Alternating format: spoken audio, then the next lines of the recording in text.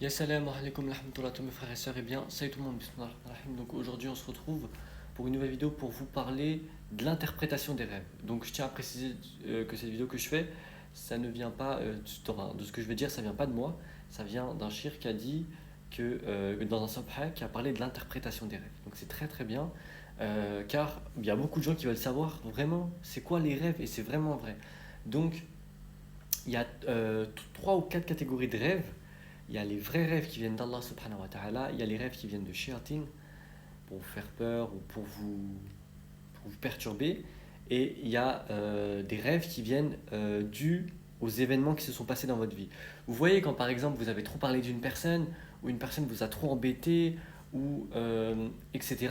Ou dans votre vie vous avez fait des parcs un jour vous avez passé une journée au parc Astérix par exemple, et vous avez fait trop d'attractions, et ben après le jour d'après, enfin, quand vous allez dormir, le soir même, vous allez dormir et après, quand vous allez vous réveiller, vous allez dire ah j'ai rêvé de ça, etc. Et j'étais au parc. Voilà.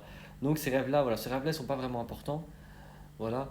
Donc, ce qui est le plus important, c'est de faire attention aux rêves qui viennent d'Allah subhanahu wa ta'ala. Et aux mauvais rêves, il ne faut pas faire attention à ces rêves-là. Surtout ne pas les raconter aux autres, pour pas qu'ils se réalisent. Car si vous les racontez aux autres et commencent à les interpréter, c'est ce qu'il a dit, ils peuvent l'interpréter et c'est là que le mal il va arriver. Et ça peut être mal et ça pas forcément que ce rêve-là il va se réaliser, mais il va y avoir du mal. Voilà, il y aura la fitna, car tout ce qui arrive c'est selon la volonté d'Allah subhanahu wa ta'ala.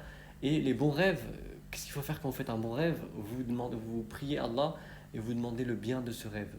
Donc voilà. Et pour le troisième rêve, je sais plus il y en a combien, il y a le rêve qui vient d'Allah subhanahu wa ta'ala, il y a les mauvais rêves, il y a les rêves de shayatin, donc en tout il y en a quatre.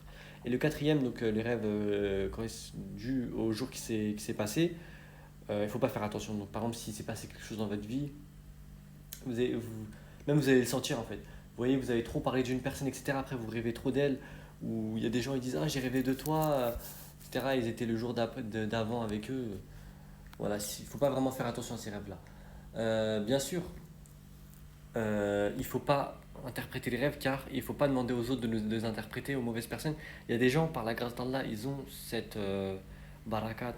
Baraka, ça veut dire ce bénéfice de pouvoir interpréter les rêves, mais n'interprétons pas les rêves. Et quand on fait un bon rêve, vu qu'on ne sait pas interpréter les rêves, et ben on fait la prière en demandant le bien de ce rêve. Et bien sûr, les mauvais rêves, attention, ne les racontez à personne. Et si vous les racontez à personne, aucun mal n'arrivera.